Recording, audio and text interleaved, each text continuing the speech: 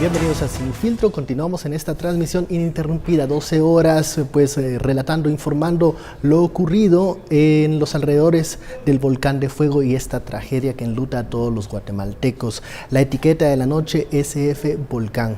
Nos acompañan, como siempre, nuestros analistas, Estuardo Zapeta y René Gerin. Buenas noches. Buenas noches. Antes de iniciar este análisis, vamos con un poco de información. Cuando ocurren sucesos de tal magnitud que afecta a una población, ¿realmente se pudo prevenir el impacto de destrucción que tuvo el volcán de fuego? Para responder esta pregunta, preguntamos a un experto.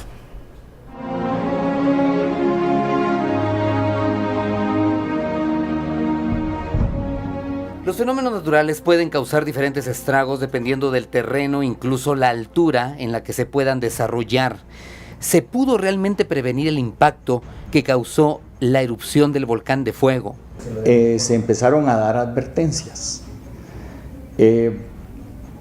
Lo que pasa es que con fuego casi que usted espera que repita lo que hizo en febrero.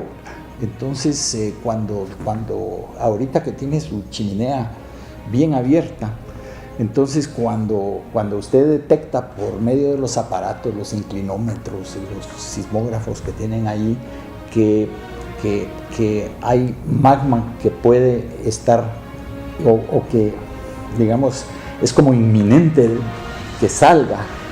Entonces usted lo que espera ahí es que con la chimenea abierta el magma fluye hacia arriba y el volcán lo expulsa hacia arriba. Y efectivamente el inicio del comportamiento de la erupción de ayer creo yo que fue así, intensa sí, pero digamos a mediodía empezó a caer la tefra. Tefra es arena, pero que viene por vía aérea, ¿verdad?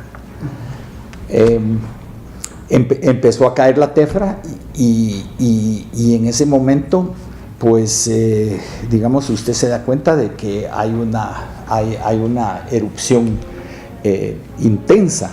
En determinado momento y como a las 3 de la tarde, usted tiene una modalidad de erupción que no es común o no ha sido común. Ha ocurrido, ¿verdad? Pero no ha sido común y digamos con la intensidad que lo tuvo ayer. Usted tiene en el fuego un antecedente de 1974, por ejemplo, o tiene en el Santiaguito un antecedente de 1929, o en el Pacaya realmente no hay un antecedente de ese tipo en el pasado reciente. O sea que esto es de repente ocurre eso súbitamente y usted tiene el flujo piroclástico, o sea, el mismo material que iba a tirar para arriba lo tira hacia abajo porque no tiene la suficiente potencia para aventarlo hacia arriba, como quien dice, y entonces se le desliza por la ladera. Pero eso se le desliza a 30, 40 kilómetros por hora. Y la distancia que usted tiene del volcán a las poblaciones es una distancia de menos de 10 kilómetros.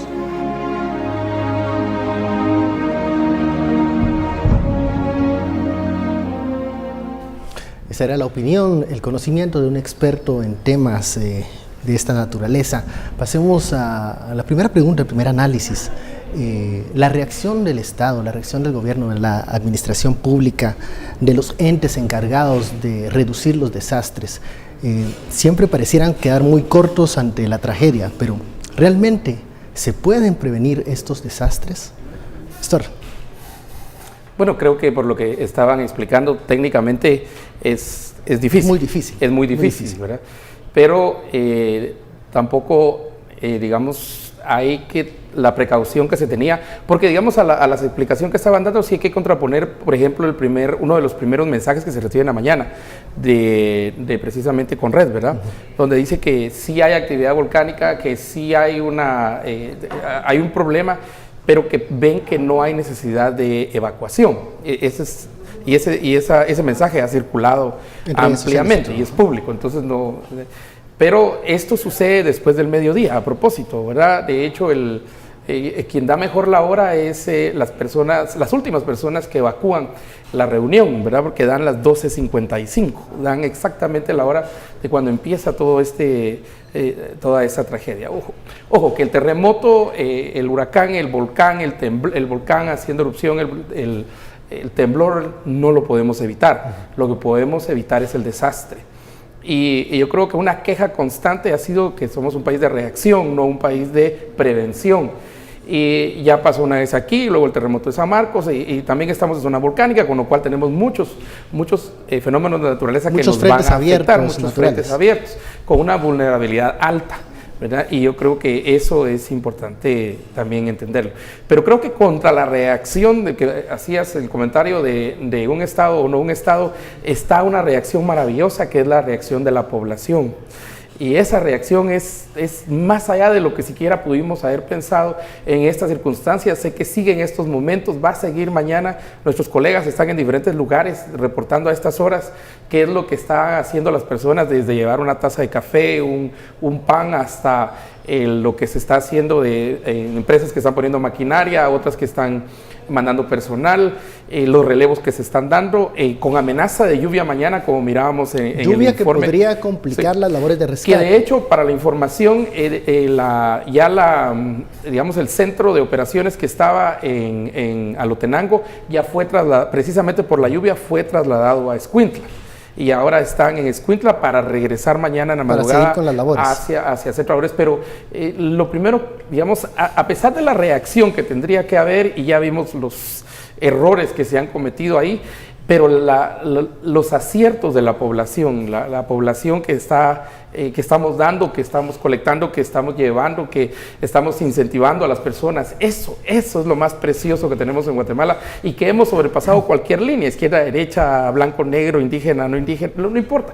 Esa línea ya la sobrepasamos y nos hemos unido todos como un solo país, y en ese espíritu es el que hay que seguir. Durante este día hemos visto cómo hay una sociedad solidaria que reacciona ante estas tragedias, pero también un Estado, como lo decía Estuardo, muy reactivo y poco preventivo. ¿Qué sucede con esta situación, Daniel?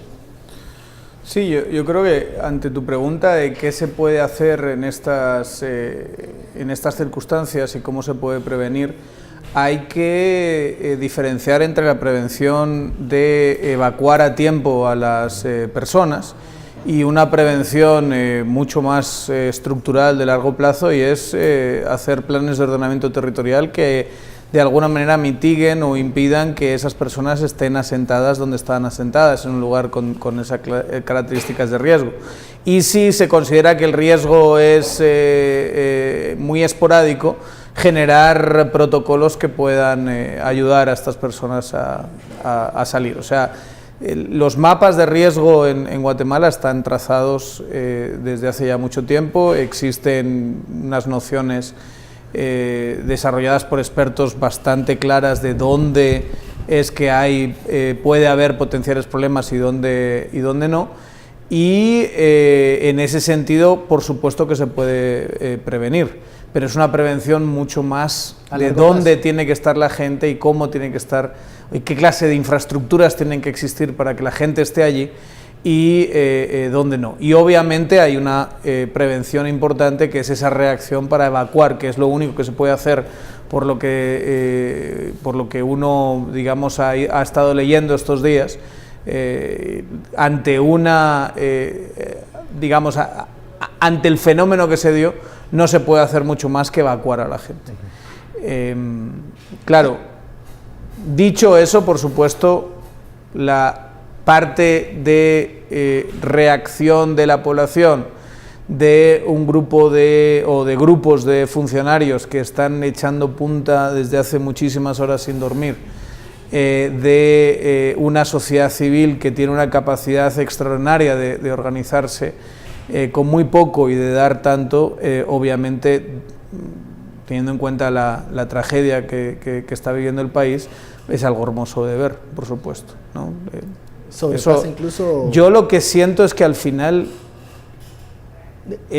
tiene sus límites. Eso alcanza, eso te quería preguntar. No alcanza esa solidaridad. No alcanza para tener esa reacción, pero no alcanza para lo que queremos, y es que estas personas no estuviesen jamás en una situación como esta.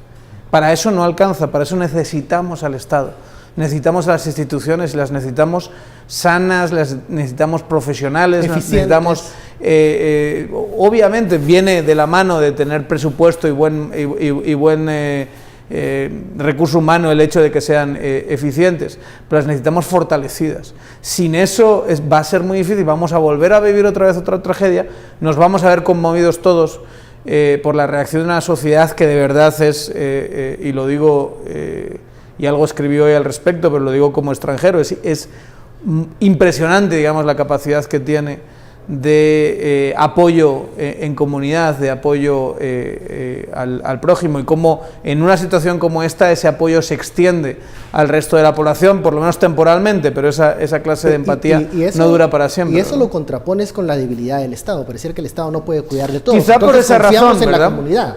Quizás por esa misma razón, la gente tiene que sacarse las castañas del fuego y tiene que sobrevivir echándose la mano unos a otros, ¿no? Y yo creo que eso es lo que ves en una situación como esta, que como tenemos tan poquita presencia del Estado en términos generales, no es una crítica a este gobierno en particular, estamos hablando de algo muchísimo más profundo que esto, y obviamente no es responsabilidad de este gobierno que no hayan existido tradicionalmente planes de ordenamiento territorial ni la capacidad institucional para imponer esa clase de planes que tengan incorporados los factores de riesgo. El hecho de que tengamos esta clase de debilidad institucional, al final, yo insisto, o sea, es muy bello ver la reacción de los guatemaltecos, pero al final se queda corto. Necesitamos al Estado para que estas cosas no pasen.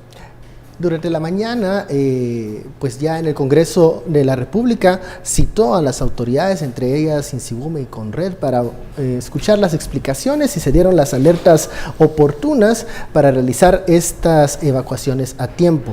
En el próximo bloque escucharemos esta nota y también vamos a hablar y profundizar sobre este tema. La etiqueta SF Volcán. Volvemos.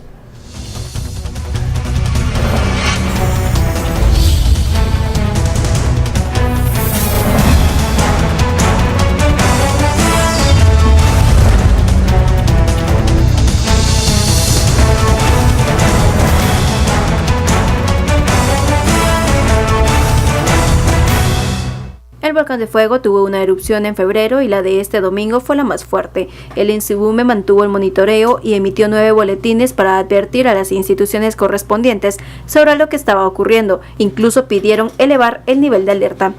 La erupción comenzó el día de ayer, se dio el aviso oportuno desde las 6 de la mañana y se hicieron las advertencias de que se declarara un estado de alarma, los boletines con advertencias claras que puede haber una copia. Para diputados de la UNE, que la Conred no evacuara a tiempo a la población aledaña fue un acto negligente y pidieron que el secretario de la Conred sea destituido. Porque en este caso existen fuertes indicios de negligencia en la alerta temprana a los guatemaltecos que hoy están muertos. 9 boletines del INSIBUME. Pero esa es negligencia, ahí hay consecuencias. Tenemos que ver qué está haciendo el señor de Conred. Se supone que él activa la alarma para las tragedias del país y no hizo absolutamente nada. 9 veces le avisaron y el tipo no le importó.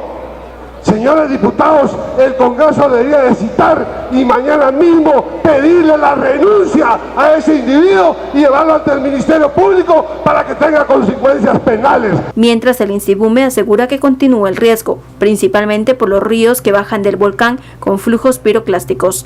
Todos los ríos que descienden del volcán constituyen una amenaza a la población y a la infraestructura. Es decir que si las condiciones de invierno siguen siendo tan graves como las que se han presentado, podemos tener mayores problemas en la infraestructura del país. Por una Guatemala en paz, Dulce Rivera y Luisa Che.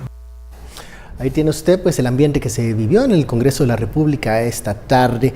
Antes de continuar con el análisis, queremos agradecer a la familia Mérida, Monzón y Rodríguez que se han acercado aquí a Tikal Futura, al centro de acopio de Guatevisión, en donde a estas horas de la noche vienen a dar también su donativo para ayudar a los damnificados del volcán de fuego.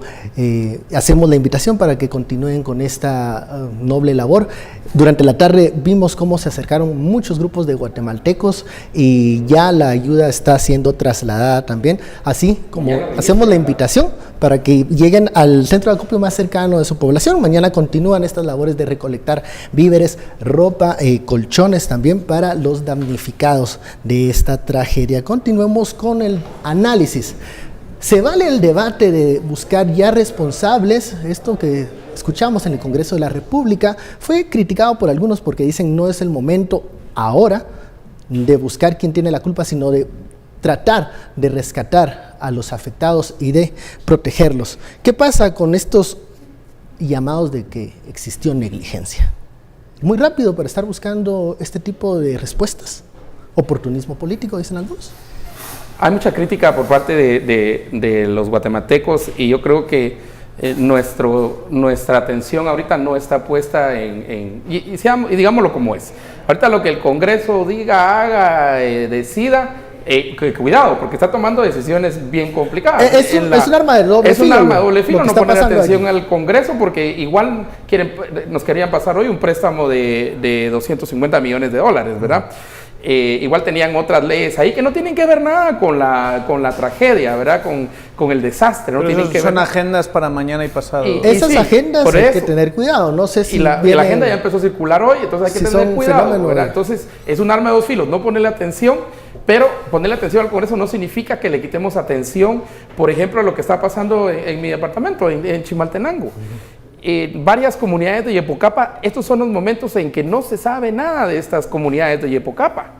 Yepocapa es un municipio que está al lado de la Boca Costa, como decimos. ¿Crees que en este momento tenemos la fotografía completa de la tragedia o hay que ir más allá para ver si hay más poblaciones afectadas? Yo he preguntado y he investigado y, por ejemplo, no fue posible a varios de los rescatistas entrar, aún el mismo cuerpo de ingenieros fue difícil precisamente por todo el material y todo lo que está pasando. Y las comunidades ahí, Panimaché 1, Panimaché 2, están pidiendo auxilio. Entonces, aquí ¿a qué nos dedicamos? ¿A ver qué dice y hace el Congreso o a rescatar a las personas que están pidiendo auxilio, que ahorita ya llevan 48 horas sin comida, sin acceso, sin electricidad, sin varios de estos, la aldea La Soledad, también la aldea Trinidad, aldea La Luciérnaga, esos son aldeas de Yepocapa, que tiene un serio llamado. Nos hemos concentrado, y es obvio, un impacto enorme que tiene en el área de Alotenango, pero no es la única área afectada. De hecho, la emergencia, el estado de calamidad, que eso sí fue aprobado por el Congreso, pero es temporal, porque hay que regresar después por otro permiso al Congreso. El presidente debe regresar por otro. Hay tres departamentos, Chimaltenango, Zacatepeques y Escuintla. Pero en Chimaltenango específicamente y en este momento estas comunidades, ¿qué está pasando, verdad? Entonces ahí también yo creo que es muy importante que nos concentremos para mí, en este momento, en las actividades de rescate. Creo que eso es realmente lo que tenemos que hacer. La vida humana está sobre cualquier otra cosa y esa es la que tenemos que luchar. Por eso es la que tenemos que Y también hay que proteger a las brigadas de rescate. Correcto. Por lo mismo de que la lluvia es un elemento que puede obstaculizar estas tareas. Por eso hay que fueron estar muy trasladados a atentos. Escuintla, ¿verdad? Por los efectos que pueda tener la lluvia que está proyectada para hoy en la madrugada. Sinceramente, teniendo en cuenta que ahora mismo no es el momento para sacar, mientras están estas labores de rescate, de coordinación, con Conred como una institución tan importante, no es el momento para descabezar Conred y cambiar de director, y por lo tanto, si no vas a cambiar de director, diputado Taracena, no es el momento para meterle miedo y decirle que le van a llevar al Ministerio Público y tenerle preocupado y ocupado con otras cosas que no sea la coordinación del rescate, digamos. Solo estoy poniendo ese ejemplo para decir que yo sí creo que no es el momento ahora mismo de buscar esa clase de responsables, porque todo lo que señale en una dirección como la del Ministerio Público e irse por lo penal, que es lo que hacía el diputado Taracena en esas declaraciones en el Congreso, para el que hoy es seguramente una de las personas más importantes en la coordinación de todos los equipos de rescate y del abordaje general de la crisis, no hace bien a las personas que nos tienen que preocupar, que son las personas que están atrapadas, las personas que están desaparecidas, las personas que están en alguna posición de vulnerabilidad. ¿Significa eso que hay que olvidarse? ¿Significa que no hay que hablar de responsabilidades? Por supuesto que sí. Lo que pasa es que no hay que hablar hoy, señor Taracena. Hoy no hay que meterle miedo al director de Conred. No es hoy.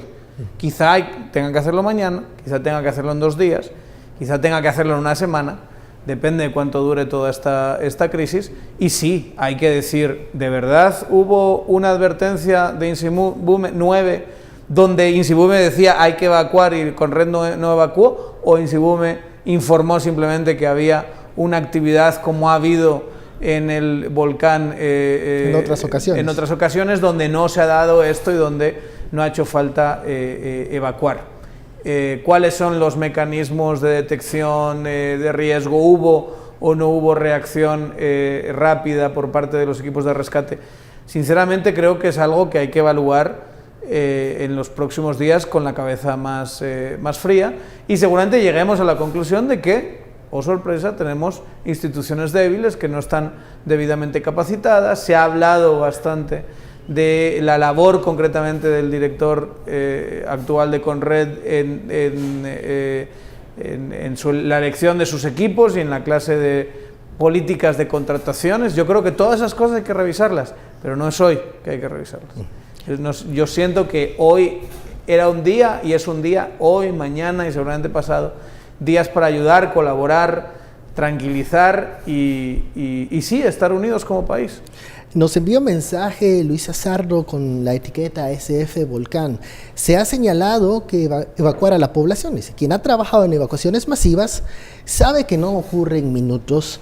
Sin el poder coercitivo esto es complicado. Es una realidad. El Estado tiene que ejercer el poder coercitivo. Ahí no tenemos opción. Ahí no es... y hay que... mira, en todo lado hay 2 historias.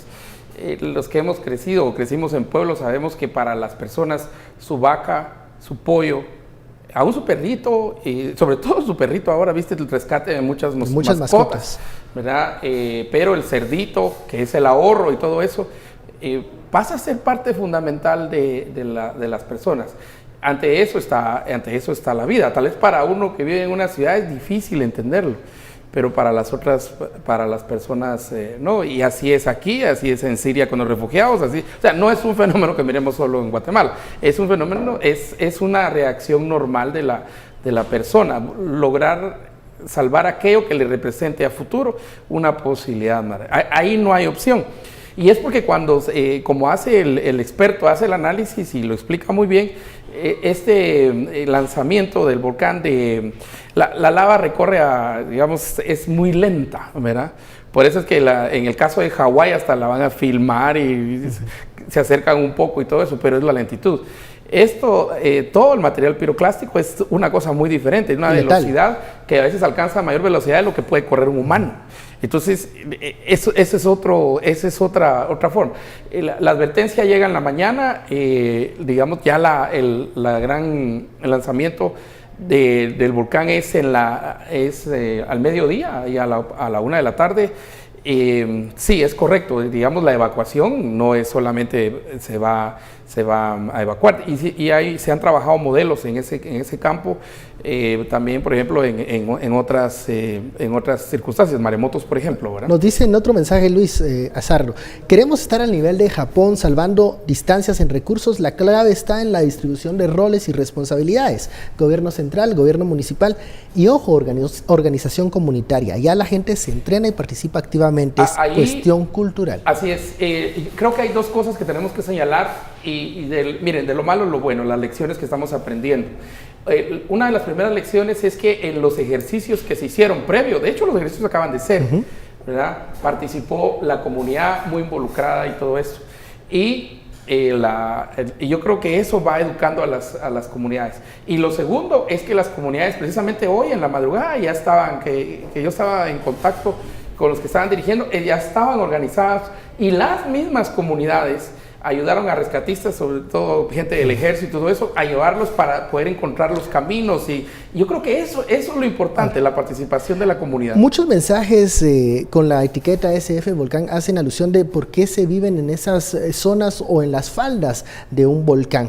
Al existir un mapeo en años anteriores, ¿por qué no trasladar la información a la población que sería afectada en lo que se reconoce como un área de alto impacto o riesgo? Esto le preguntamos a un experto. Si de alguna forma se había realizado un tipo de mapeo en el área en gestiones anteriores, ¿hubo falta realmente de información?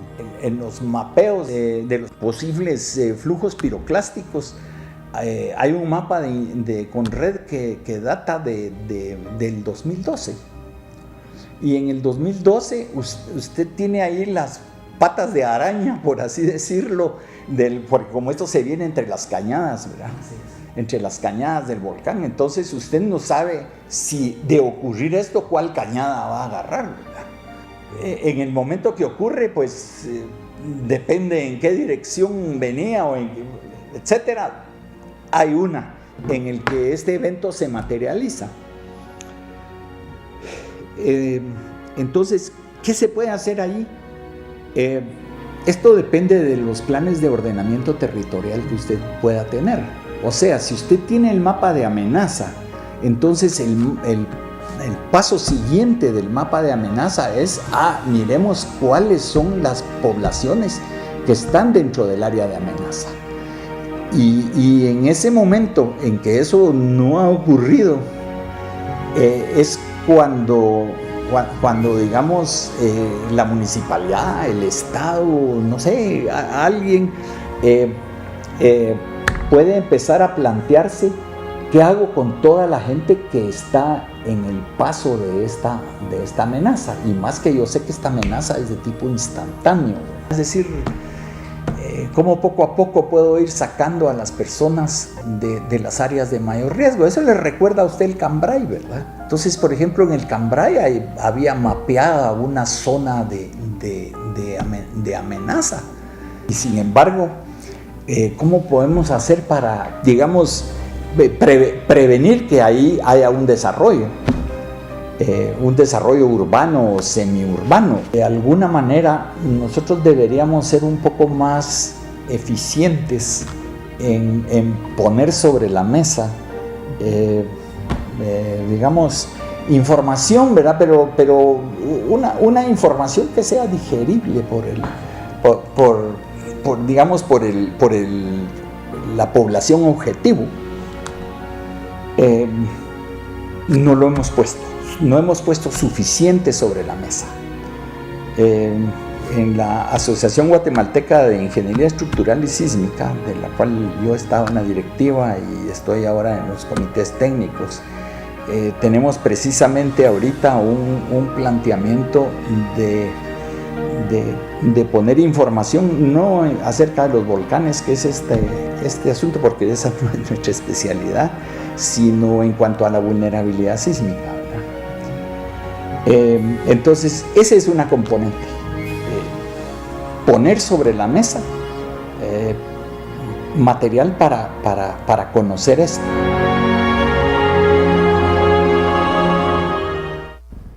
Bueno, y para seguir analizando la tragedia del volcán de fuego, hacemos un corte y volvemos en un instante.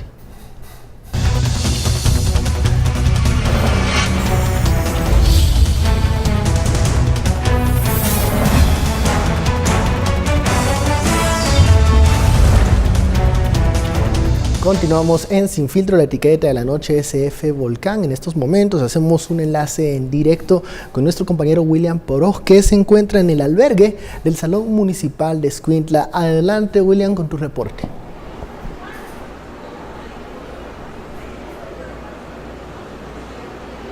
Muy bien, Benkei, buenas noches. Efectivamente nos hemos trasladado del área de la tragedia acá, la cabecera municipal del departamento de Escuintla, uno de los departamentos más afectados a raíz de esta tragedia. Observamos, por un lado, el centro de acopio que se ha formado en este salón municipal y por el otro, el área de las personas que se encuentran albergadas en este lugar. Los rótulos están distribuidos para identificar a las personas de los lugares que han traído, Sabana Grande y Los Lotes. La información que tenemos hasta este momento es que aún se esperaría que el día de mañana se realicen más evacuaciones de personas que están solicitando salir del área por el riesgo que esto trae y sobre todo el cambio en el clima que podría afectar el tema de la lluvia. En este momento continúa la distribución, como lo estamos observando, de todo lo que está haciendo acopio, no solo en este salón municipal, sino que en todos los centros de acopio en este departamento.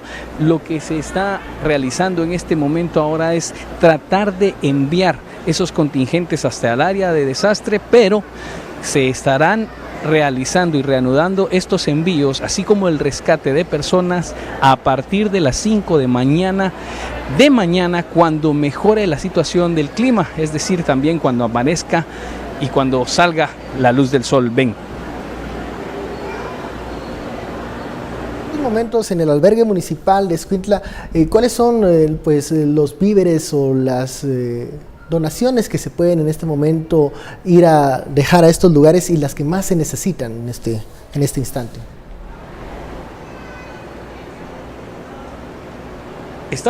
Estábamos hablando con el alcalde Abraham Rivera de acá del departamento de Escuintla y afirmaba que estaban siendo abastecidos, pero que realmente parte de lo que se necesitaba y que también nos lo dijeron las personas del área de la tragedia era la base de las tortillas, en este caso, que es de consumo de las comunidades, nuestras comunidades guatemaltecas, que como lo es la maseca y también el agua pura. En este momento nos está informando el alcalde de acá del departamento de Escuintla, Abraham Rivera, sobre que mañana van a ir a rescatar a más personas que están solicitando salir del área. Buenas noches. Bueno, el reporte que tenemos de la Conred es que vecinos de la comunidad El Zapote manifestaron el interés de ser evacuados. Se va a coordinar el día de mañana vehículos militares para que puedan asistir al área y que puedan ser trasladados a los diferentes albergues que tenemos instalados en la cabecera municipal. ¿De cuántas personas estamos hablando? El reporte que nos dieron los personeros de Conred eran 600 personas que estaban manifestando querer ser trasladadas hacia la cabecera, más que todo por temor. Reiteremos rápidamente, ¿cuáles son los insumos que más se está pidiendo en los centros de acopio? Bueno, lo que más hemos estado solicitando es agua, enseres de limpieza personal, pañales, toallitas húmedas, medicina y gracias a Dios pues estamos abastecidos, como ustedes lo pudieron verificar, todos los albergues están abastecidos y mañana ya tenemos coordinadas las brigadas que van a salir a las diferentes comunidades que no fueron evacuadas pero que están señalando algunos problemas principalmente de agua y de alimentos. Ven, señor alcalde, también en otros centros de acopio, ya para despedirnos en este enlace, nos hacían referencia de que estaban solicitando la presencia de agentes municipales de tránsito y también del ejército y de la policía, pues en algunos albergues donde están las personas, en este caso durmiendo, aún no hay presencia de seguridad. ¿Se podría coordinar esto para que a partir de mañana los agentes de tránsito estén coordinando para una mejor distribución de los enseres, de los vehículos también, pero también para resguardar la vida de esas personas que están en estos albergues? Bueno, por lo regular sí tenemos presencia, la Policía Nacional Civil nos ha estado apoyando, el Ejército de Guatemala, pero el despliegue que se tiene está enfocado ahorita en el área de búsqueda.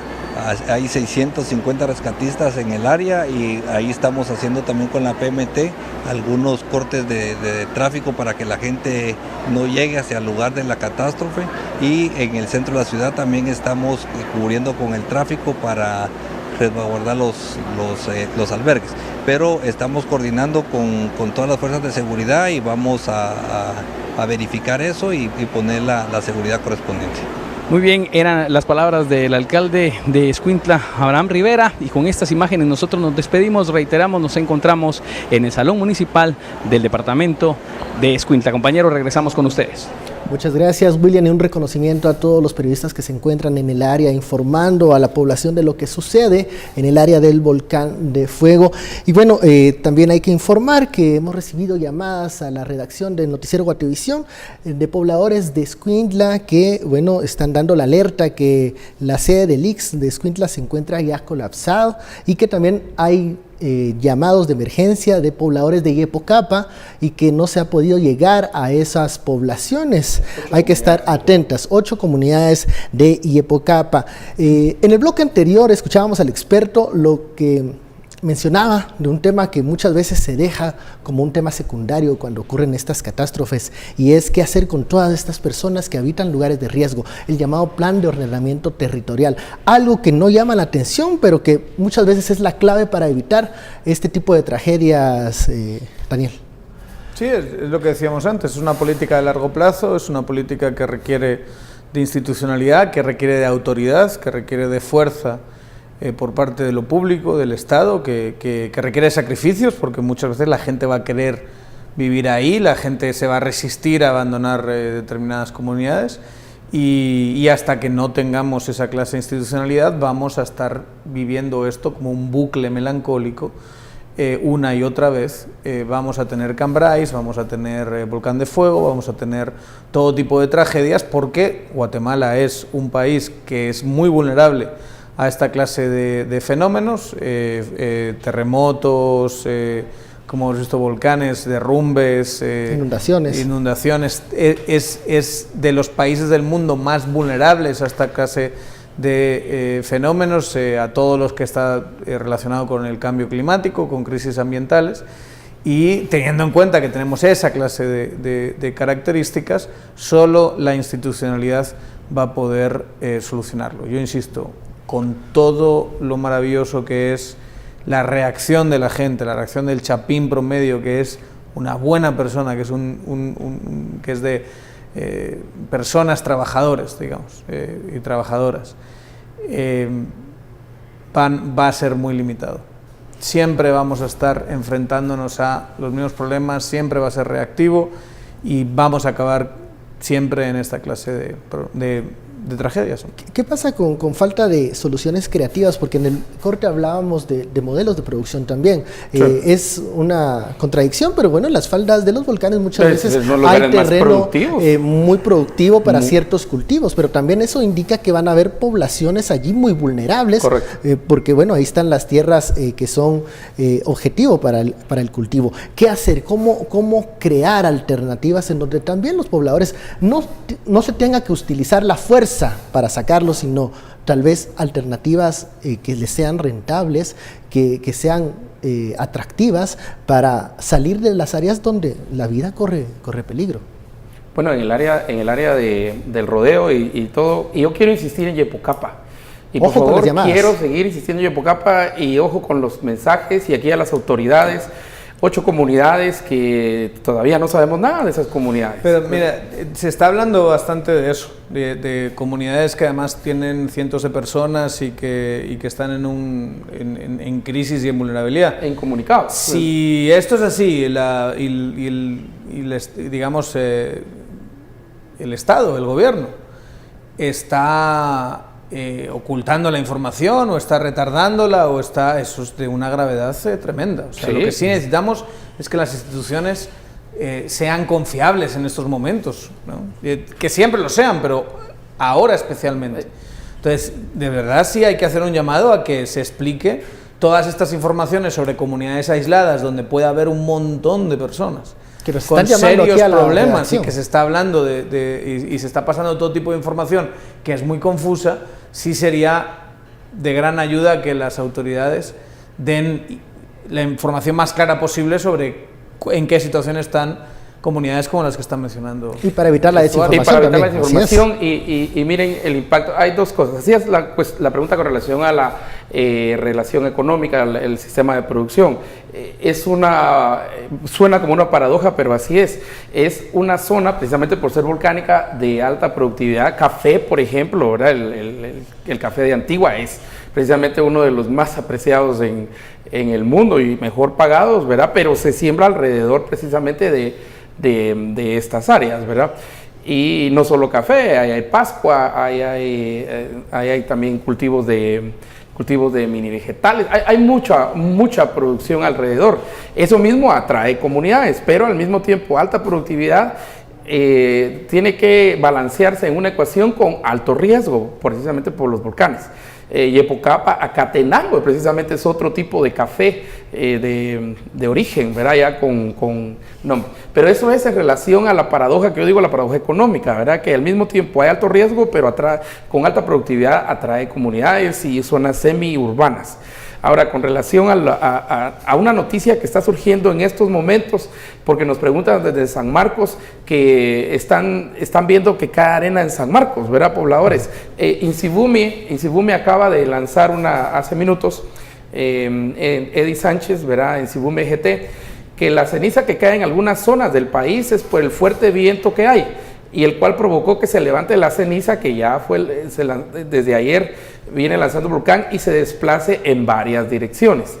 Porque aquí viene también información pues tergiversada o simplemente vienen asunciones que no son correctas, por ejemplo, que otro volcán y todo eso, pero esto es ceniza por un fuerte viento que está y que arrastra la ceniza a muchos kilómetros a la redonda de donde fue esto. Entonces, solo hay que tener cuidado también con la información, ¿verdad? Bueno, hemos llegado al final de este análisis. Muchísimas gracias, Estuardo, Daniel, a toda la población. Gracias por su sintonía. Y ánimo a todo el mundo. Y gracias a por todos los que demostrar esa están, solidaridad. muchas gracias a todos los que están mostrando solidaridad. Muchas gracias. Es verdaderamente hermoso de ver y yo creo que esto hace que pensemos todos que este país merece mucho la pena. Una solidaridad que seguro va a superar la tragedia del volcán de fuego. Nosotros seguiremos informando mañana con este compromiso de llevar a todos los guatemaltecos la información más precisa y certera. Buenas noches, nos vemos mañana.